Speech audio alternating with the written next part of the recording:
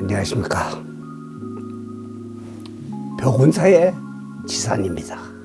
이렇게 길게 갈 줄은 몰랐지만 벌써 2년 동안 코로나와 전쟁 중입니다. 제법 요즘은 코로나 걸렸다는 사람과 그 때문에 죽은 사람도 있습니다. 올해도 벽운사는 작년과 같이 동지 기도를 합니다. 부수적으로 드리는 것이나 신던 양말 받아서 끓는 물에 적셔 태우는 의식도 합니다. 다만 올해는 코로나가 창궐하는 관계로 가족 전체에 신던 양말 한 짝만 보내되 바닥면만 손바닥 크기로 잘라서 보내기를 바랍니다. 무엇을 보내드리는가는 지난 영상을 잘 참고하시길 바랍니다. 동지란 24절기 중에 22번째입니다. 밤이 가장 긴 날입니다.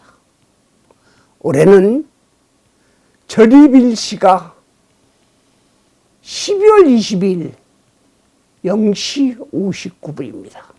밤 12시가 지난 후 59분 만에 밤이 가장 길다가 1초라도 짧아지는 시점입니다.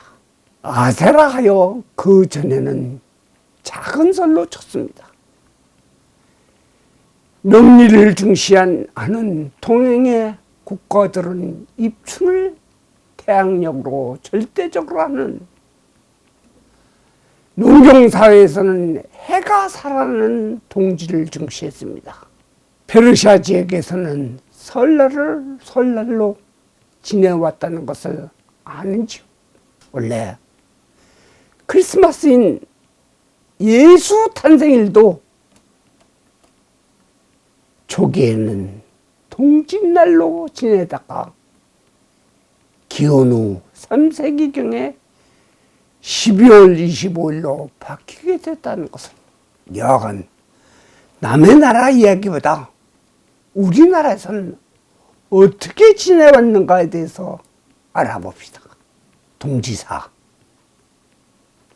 중국에 사신을 보내는 의식,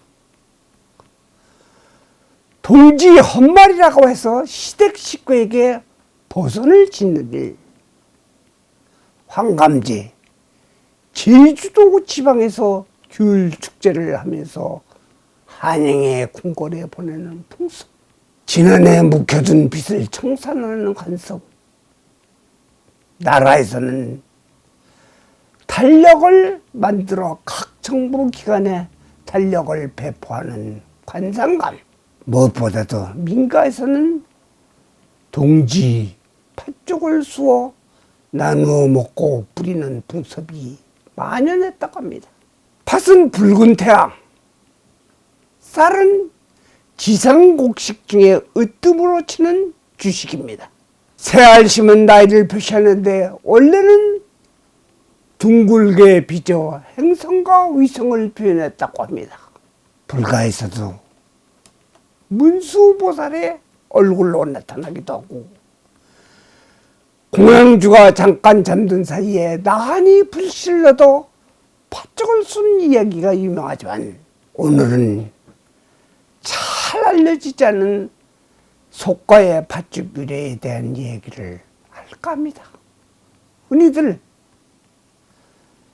선덕이 여왕 이야기나 중국의 공공시의 아들 지기를 많이 알고 있으나, 오늘은 신라 시대 때 이야기를 할까 합니다.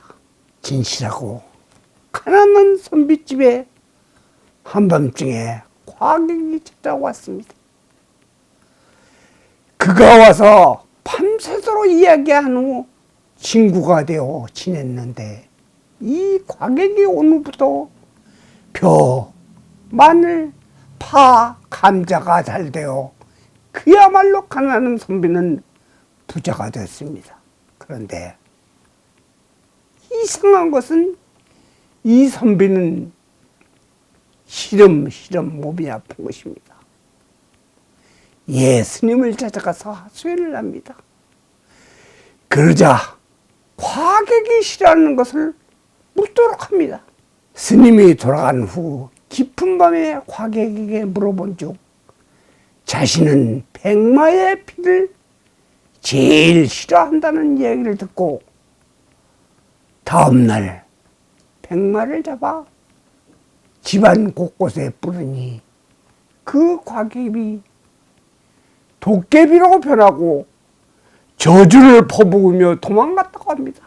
그 이후로는 동지 때가 되면 그 과객이 오므로 백마의 피 대신 팥죽을 쑤어 나누어 먹으며 집안 곳곳이 뿌리게 되었답니다.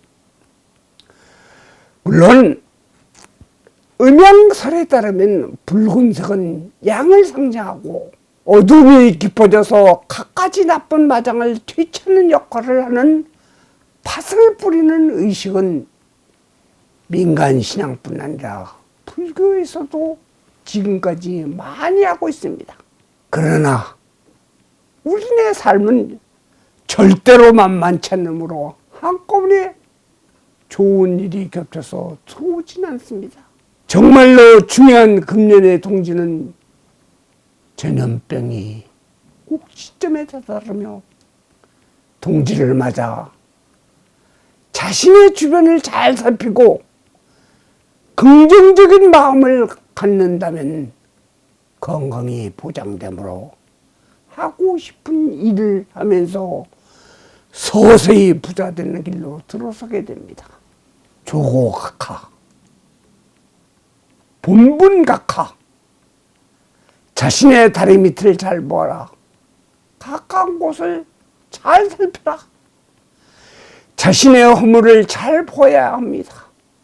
6조 해능스님은 만약 오른쪽에서 타인의 허물을 보면 자신의 허물은 왼쪽으로 돌아온다고 했습니다. 프랑스 파리의 뒷골목에서 신사가 구두를 닦다가 구두 닦기 콧등에 검정을 보고 박장대소를 하고 돈을 안 받으려는 구두 닦기에게 한사코 돈을 주고 가는 것입니다. 왜 돈을 안 받으려는지 그 신사는 모르는 것입니다. 그 신사의 머리가 황새집같이 되어 있는 것입니다. 남의 코에 검정을 보고 지적하면서 자기의 머리를 모르는 것입니다. 중국 진가의 결혼식 이야기가 생각납니다. 집안에 혼인이 있어서 거위를 잡으려 하니 주변에서 거위는 알 나으니 못 낳는 수탉을 잡자 하니 수탉을 잡으면 누가 주인을 깨우느냐 하고 양을 잡으려 하자 하니 털로 추운 겨울을 지낼 수 있는데 짖기만 하는 개를 잡자 하니 의리를 지켜 도덕을 뒤치하는 개를 잡을 수 없다고 하여 말을 잡으려 하니 주인이 무엇을 타고 다니냐고 하여 소를 잡으려 하니 누가 밭을 갔느냐 하여 결국은 다시 거위를 잡기로 했다는 것입니다. 핑계는 문점으로 돌아온 것입니다. 동지 기도는 나쁜 것을 방치하는 의미보다 동지 불공을 통해 지극한 어둠의 터널 속에서 자신을 찾는 무명에서 깨어나는 계기를 삼자는 것입니다. 그러기 위해서는 자주 자신을 돌아보고 남의 허물보다 자신을 돌아보는 계기가 되었으면 하고 남의 탓만 하지 말 것을 당부합니다. 끝으로 자기를 돌아보기만 하지 말고 주변의 어려운 이웃을 잘 살피는 실천하는 불심의 시발점이 되었으면 합니다. 아직도 구독 글씨가 붉은색이면 눌러주시고 좋아요도 함께 눌러주세요. 힘이 되어 포교에 열중하겠습니다. 감사합니다.